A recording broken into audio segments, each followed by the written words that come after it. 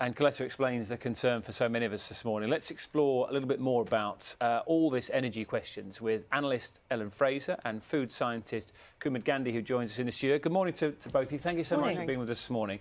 Ellen, let's come to you first of all, because there'll be loads of people watching today, and the big question is, I understand that there's global gas issues which are affecting all sorts of industries, but how is it going to hit me in the pocket? And they are understandable concerns, aren't they? I think they are entirely understandable, and people are very concerned about energy bills when they go into winter anyway. So, it's absolutely a topic that's front of mind. And, a lot of people coming out through COVID have, tight home finances anyway. In the short term, a number of people will be protected because they're on fixed tariffs or actually because they're on the price cap. The price cap is going to go up in October already, but that's been relatively well signposted by government. So short term, prices will go up, but it's manageable. The debate then becomes around what happens in the kind of medium term and the extent to which actually government might step in to help energy suppliers manage customer prices to get through those price spikes. Kumud, if we come to you now, we have a little selection of props in front of us here. Yeah. And actually, until this current crisis, I think lots of people wouldn't have known how important CO2 is in food production. Yes, it is. So just talk me through what we've got and what it needs. Yeah, so CO2, a number of different gases are used in food packaging and in the production.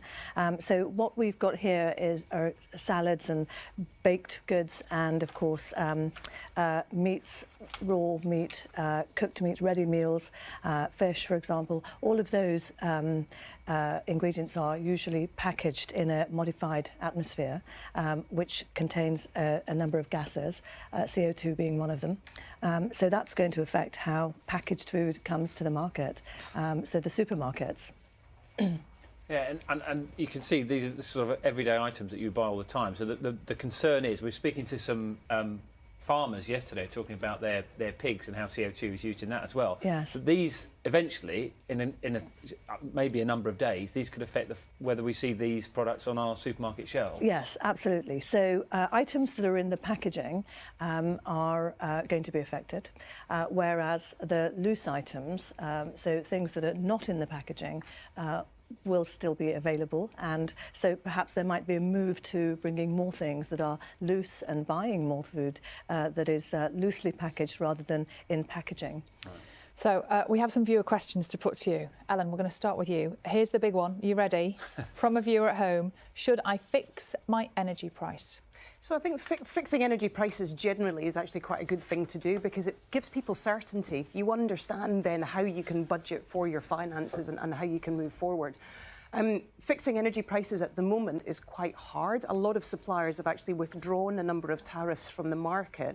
So actually the range of tariffs that's available is restricted. But if you can find a good tariff on the market, absolutely lock that in and give yourself that certainty going forwards. OK, Kumud, for you, this is a viewer question which a number of people are asking, and some asked yesterday after we spoke to the farmers, actually. What is the benefit of using CO2 to the animal, the industry and the consumer, and are there no gas-free methods of humanely killing animals or preserving food? OK, so mindful that it's very early in the morning. Yes. I don't want to go into too much detail. Understandable. There are a couple of other methods that can be used. Captive bolting is one method that's commonly used for cattle such as cows and for sheep. So that doesn't use CO2.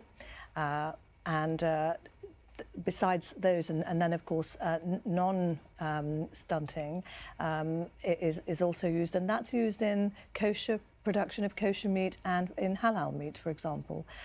So perhaps there might be a move towards greater kind of production in that way. And what about packaged goods? Is there a way of doing that without using CO2? Yes. Well, using CO2 and nitrogen is all about shelf life. So it's about giving us longevity of food. Typically, food that's packaged in a modified atmosphere would give us kind of 21 days shelf life as opposed to perhaps 5 days if it was non-modified. So what we could actually do is perhaps look at buying locally, buying from butchers where meat isn't in a packaged form, buying from local greengrocers, buying from local farm shops, directly from farms where it doesn't have to go into packaging. Buying loose lettuce like this, for example, is actually more greener and also will last longer. So typically that would last in your fridge for quite a number of days than the packaged, because once you open the package, then once the nitrogen and the CO2 escapes, then you lose your shelf life. Oh, Okay, that's why it goes brown. Yeah. Yes, exactly. Okay. So it's oxidation, it's oxygen penetrating the surface area. Wow.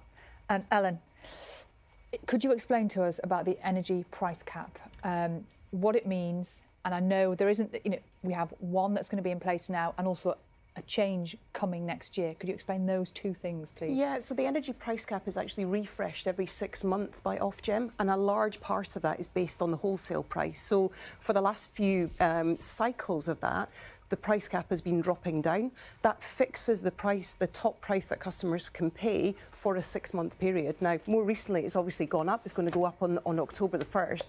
And actually, with the wholesale price spikes, there is some sensitivity in terms of whether actually government's going to increase that further. But effectively, that locks in the maximum price that you can charge in the market for a 6-month period to give customers certainty of their pricing for that period. And just on that, there were a couple of the papers are speculating this morning that the rise next year could be as many as a couple of %. Is that a fear of the industry? So I think it's too early to say. We need to be very careful because energy prices are spiky, and I think the figure they mentioned was £300. That was yeah. So £300 to £400 is not impossible. So there is a reality check here in terms of this will flow through into energy prices at some point for people. But I think we do need to be careful. As I say, it's too early to say in terms of exactly what that is, but people planning ahead with household finances to make sure they've got at least some level of flexibility in home budgets to be able to allow for some level of increase is a wise thing to do. And you can understand the concern when you think of that. You think of national insurance increases and universal credit as well. So yeah, quite a lot to talk to Kwasi Kwarteng about. Yeah, coming up. Coming up in about 5 or 6 minutes' time. Thank you very much. Thanks for answering you. some of those viewers' questions, and thank you for bringing the food in as well. If you leave the croissants on, tidy them up for you. Dan is hungry. Thank you. Nice to see you both. You can take the cabbage.